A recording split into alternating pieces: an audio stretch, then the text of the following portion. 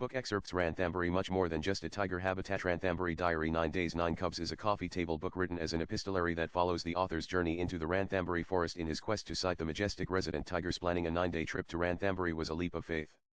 It is an intense experience, particularly with a young child. However, knowing our deep love for tigers and the forest, we were all looking forward to it. We were staying at the Obero Ivaniavilas Wildlife Resort, my address in Ranthambore. Situated close to the park entrance, this luxury destination has just 25 rooms that make the most of the location, inspired by Ranthambore's history as the hunting ground of the Maharajas. For our first safari of the trip, we went towards Zone 1. On reaching Sultanpur Chowki, through our conversations with the forest officials there, we learned that some movements of the tiger had been observed by the morning safari teams around the area known as the Kali Pili black and yellow water body. We headed there, but as luck would have it, we could not catch any glimpse of a tiger. Through Guptaji Aniket and the new road, we were back in the Chowki area again. Once more, we missed sighting a tiger. Thereafter, we headed towards the Sukatalau or the dried up lake, and there we could see a sloth bear. As per recent surveys, the bear population of Ranthambore stands at around 50, so this sighting was a significant one. Sloth bears are very fond of termites and honey, which form the bulk of their diet. To satiate their hunger and craving for these two delicacies, bears have often been observed to travel long distances, covering an expansive area of the forest. Now, bears do not have any natural predators, but the tigers of Ranthambore have been known to make them their prey. A case in point is the tiger Ganesh, who recently hunted down a bear in one of his kills.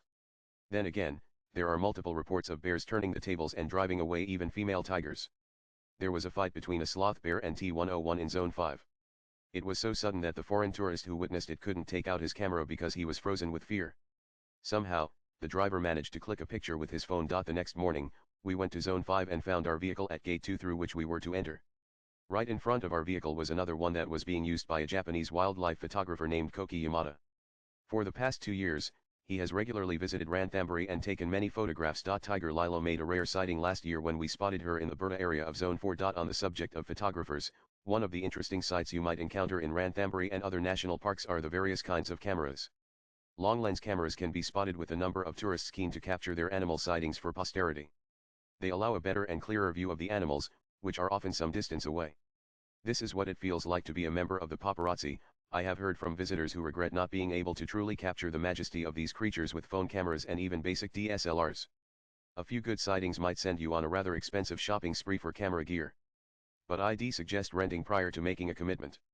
There is a lot to learn about wildlife photography and it's not for everyone. As soon as we entered through the gate, we saw pug marks belonging to possibly a male tiger, a trail which we followed, only to find it ending right before what is known as the Gular Kikwe. The footprints could only belong to the tiger T-101, as he was the only one known to frequent the area. Thereafter, we proceeded towards the area known as Piligadi and, upon reaching it, were greeted with the alarm calls of frightened monkeys. These cries from langurs, spotted deer, and somber deer are often how alert guides and drivers at national parks can tell in which direction a tiger is moving.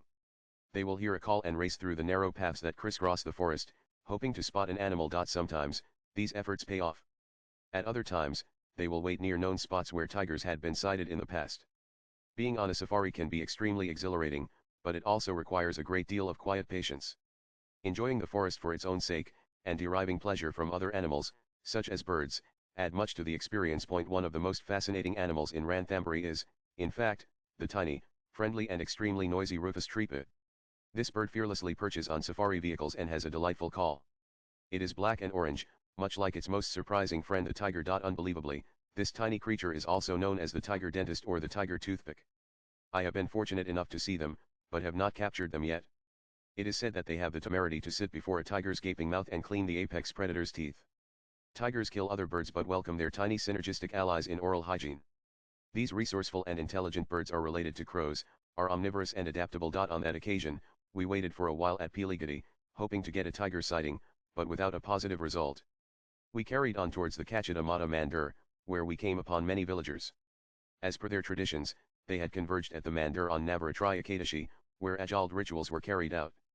It was quite unnerving to know that just days before our trip, on October 2nd, a villager named Babulal had fallen prey to the tiger T-121 in this very area. After traversing through Kachita Chowki, we passed by Dhak Pipaldaha to reach an area known as Bacola. During the scorching summer months, this area is famous for tiger sightings, but we were unlucky that day. After waiting for a while and with no noticeable movement anywhere, we headed back towards Piligadi.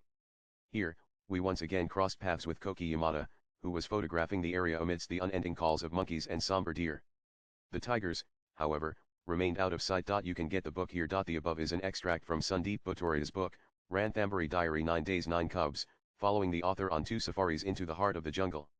The book features high-resolution pictures taken by Manjari Maheshwari that accompany the text, making for an exhilarating and immersive read. Views expressed in the above piece are personal and solely those of the author. They do not necessarily reflect News 18's views. Nan.